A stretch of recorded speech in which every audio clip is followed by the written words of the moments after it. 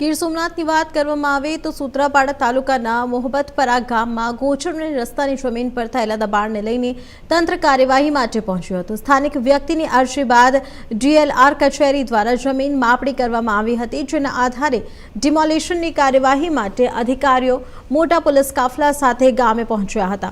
જોકે ગ્રામજનોએ દબાણ સ્વયં દૂર કરવા માટે 10 દિવસનો સમય માંગતા પ્રશાસને તેમની રજૂઆત સ્વીકારી 10 દિવસની મુદત આપી છે।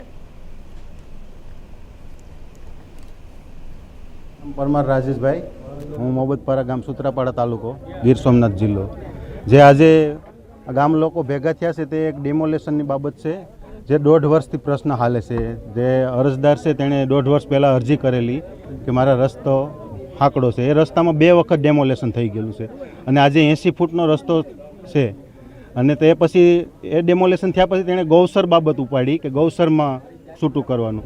3 દિવસથી તંત્ર સીએમઓ પોર્ટલમાં એની અરજી છે એટલે 3 દિવસથી તંત્ર કામે લાગ્યું છે અને આજે સીધું કોઈ પણ જાતની જાણ કર્યા વિના જેસીબી મંગાવી અને ડેમોલેશન કરવા માટે આવ્યા છે।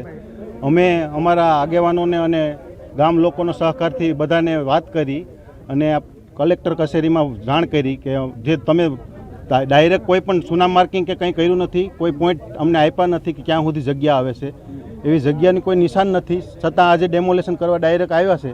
પછી આમાં ઓછામાં ઓછા 12 થી 13 ઘર આવે છે અને તે એવા લોકોના આવે છે કે જે અત્યારે પાડી નાખે તો બાયણે જ બેહે તો થાય એવી કોઈ જગ્યા નથી અને વરસાદનું ઉપર વાતાવરણ વરસાદનું થઈ ગયું છે। તે લોકોના માલઢોર તો બાયણે રહે પણ રહેવા માટે પણ નથી, કેમ કે વર્ષોથી વાડીમાં રહેણાંક છે તેમના। ગામમાં પણ એના જૂના મકાન પાડીને વાડીએ ઢાળિયા ને એવું બનાવેલા છે।